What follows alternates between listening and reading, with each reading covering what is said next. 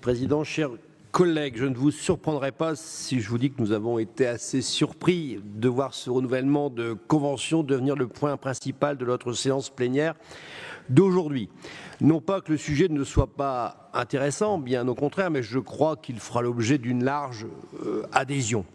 En effet, nous l'avons vérifié, les précédentes conventions ont été votées à l'unanimité.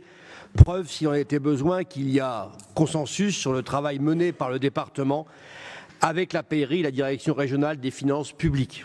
Nous tenons d'ailleurs à remercier chaleureusement le comptable public et les services financiers du département, mais également ceux du comptable public pour le travail au quotidien effectué. Comment ne pas être en phase, en effet, avec les axes de travail définis et rappelés dans ces deux conventions et leurs nombreuses déclinaisons ?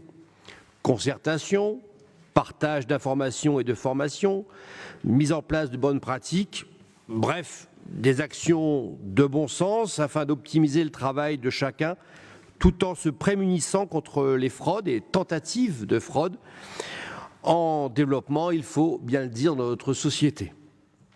Le souvenir de l'escroquerie de 2018 qui avait conduit le département à verser 800 000 € à un faussaire doit en effet nous conduire à un niveau de vigilance accru avec des procédures régulièrement révisées.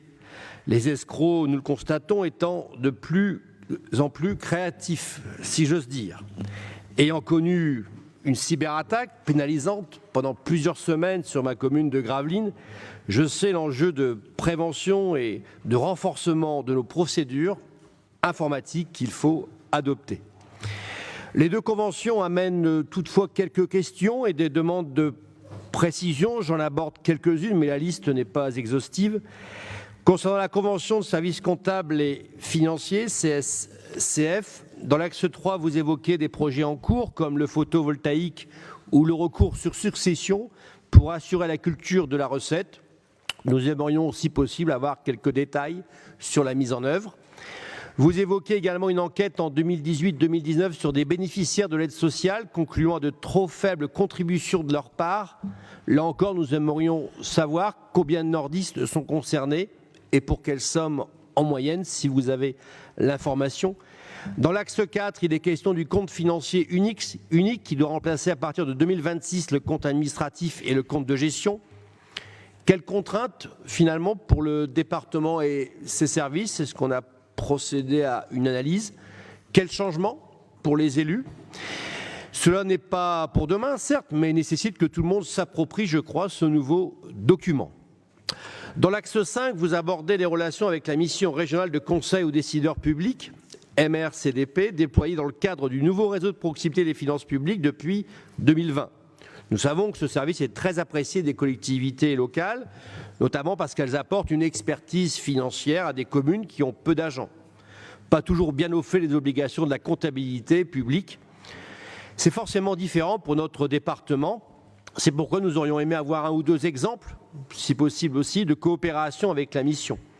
Pour tout vous dire, nous espérons qu'il s'agit bien d'une activité de conseil et non une forme de contrôle de légalité, a priori, comme c'est parfois le cas ces dernières années.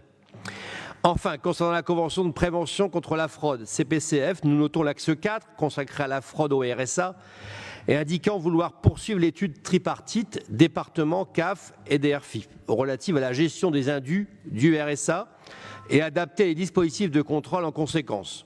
Il nous semble que cela mériterait quelques précisions sur la méthode qui sera employée et ses résultats. Vous évoquez également un comité de suivi. Est-ce que tous les groupes seront représentés dans ce comité? Je ne serai pas plus long à ce stade et vous dirai en conclusion que nous aurions, je crois, au sein de la commission 1, pu aborder un certain nombre de ces questions techniques en son sein. Mais bien évidemment, nous voterons pour cette délibération qui va dans le bon sens. Et je vous remercie de votre attention.